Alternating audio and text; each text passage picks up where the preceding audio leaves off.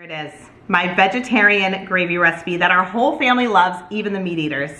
Yes, that's a lot of salt, and we're going to really lean into that. I'm going to start off by browning the flour. I'm going to cook the flour over a medium-low heat. You'll start to notice a nutty scent as it starts to brown. Sometimes it will smoke like very slightly, but you don't want it to smoke too much. That might mean it's burning. This whole process takes about 10 minutes, and it's really the most labor-intensive part of making gravy. I'm adding half a cup of butter and making a roux. Ideally, this would form more of a ball as you stir it. Mine has a little bit more butter in it, so it's more liquid, but it's fine. I pour in the vegetable broth slowly, stirring it really well to get everything really smooth. If you add a lot of liquid at this point, don't worry too much because it will thicken up as it cools. So you can always add more broth to get it back to the consistency that you prefer. Okay, we're about to add the secret ingredient, a 1/4 cup of nutritional yeast, 2 tablespoons of soy sauce. I prefer the flavor of low sodium soy sauce, but don't worry, we're gonna add a lot of salt to fix that. I used half a tablespoon of garlic salt. It's really all to taste at this point. Okay, the one thing that's really funny about this is you need a ton of pepper. Go wild on that ground pepper, and then just as soon as you think you've done enough, like double that, just more and more pepper. I don't measure the salt and pepper. If I had to guess, I would say it's about a teaspoon of salt and a tablespoon of pepper. And make sure you're tasting this as you go and like feel out the flavors. You shouldn't get the flavor of the soy sauce or the nutritional yeast. Like they shouldn't stand out. If they are standing out, I would add more salt and pepper and just keep like peppering, and then maybe some salt. All of a sudden it will be just absolutely fabulous. And that's it. What's your absolute favorite way to eat eggplant? For me, it's definitely this. First, you're going to slice your eggplant into rounds, score them, mix together some seasonings with olive oil, brush it all over your eggplant. Then you're going to pan fry until golden. Then mix together some tahini, maple syrup, miso, rice vinegar, ginger, and water for your sauce. Going to add that all over the eggplant with some olive oil, herbs, pomegranate seeds, walnuts, and that is it.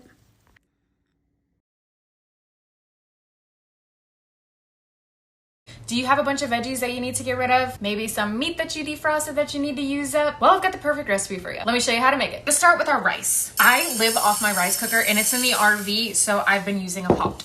You always wash your rice. This is another one of those recipes where you get to practice your chopping skills. We've got some zucchini, a green pepper, half a cabbage, onions, and some Brussels sprouts. I'm gonna go get my chickens a snack.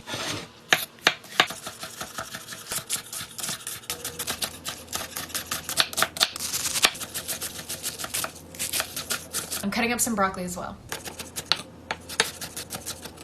Garlic. We know how we love it. We're gonna mince them as many cloves as our soul tells us. Garlic limit does not exist. Get a pan! Add some avocado oil. We're gonna saute our green peppers and onions first. It's been about 2, 3, 4 minutes. I don't know. Now I'm gonna pour my mound of veggies in there. Y'all, I forgot the ground turkey! I'm gonna add in the ground turkey now. Cook this up really fast. Lots of Aleppo pepper. Ground ginger. If you have fresh, use fresh. Half cooked veggies, back in. Let it cook until the veggies reach the consistency that you're happy with. I'm gonna add my ground turkey back in. Mix it up. Add in your garlic. Cook until nice and fragrant. Some ground ginger, Aleppo pepper, mirin or rice wine vinegar works, mushroom flavored soy sauce, sesame oil, really down there. Add some honey or brown sugar works, some toasted sesame seeds, green onion, splash of fish sauce. Always want to give a little taste to see if you need to add a little something. Now if I can stop eating it all, let's plate it.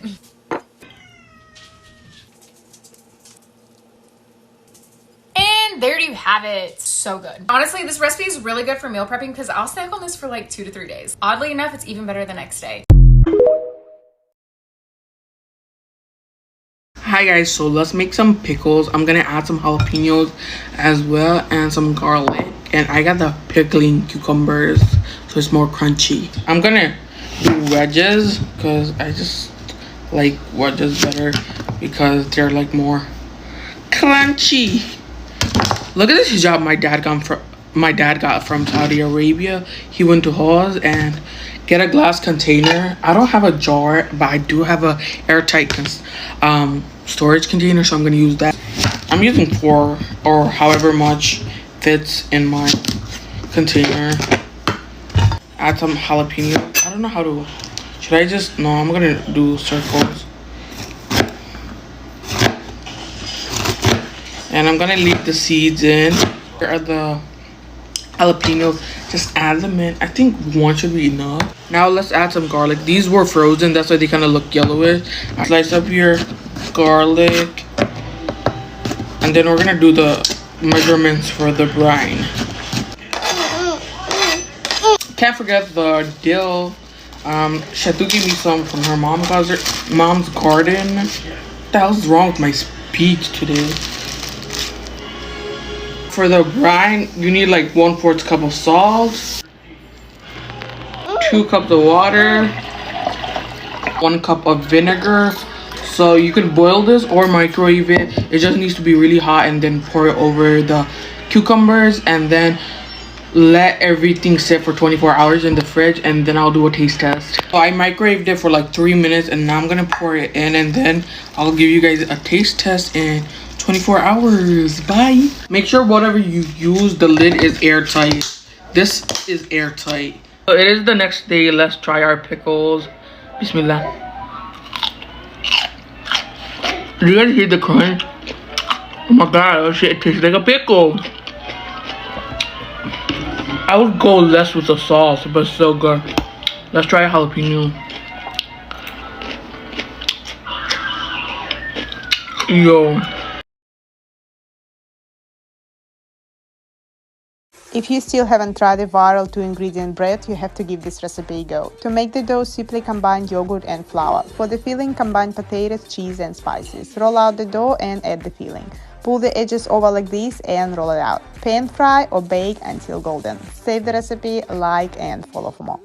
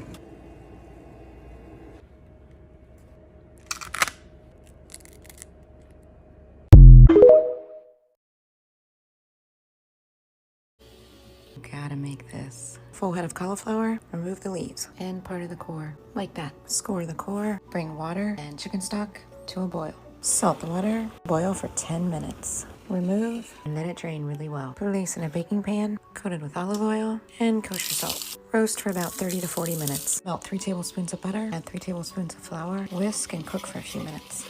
A few cups of warm cream, a little Dijon, turn off the heat, slowly whisk in Gruyere cheese. Beautiful. It's just what you want. Pour on the cheese sauce. Sprinkle on a little more Gruyere. Broil until it looks like that.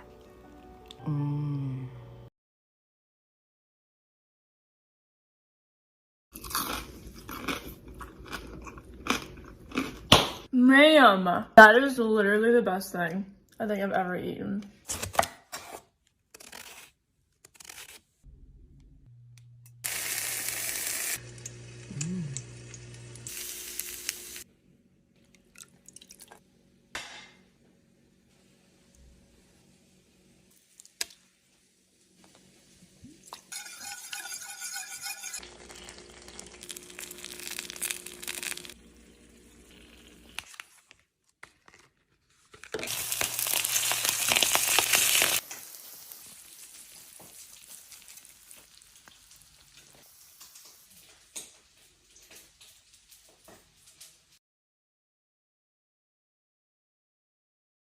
If you need a vegetarian dinner recipe, try out these super crispy potato tacos.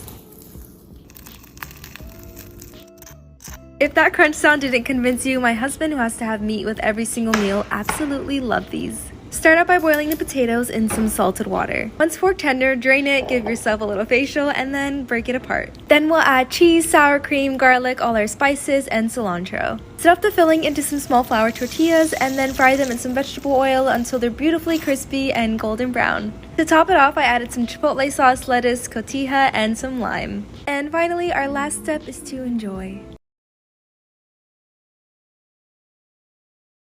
I think this may be the best toasty I have ever eaten. My avocado, sun-dried tomato and feta toasty. Mash avocado with basil, spring onion, salt, chili and honey. Trust me guys, it's amazing. Use the oil from a tin of sun-dried tomatoes to brush over the side of the bread and load up. Toast in an air fryer or in a pan until crisp, golden and oozing. Proper, healthy comfort food.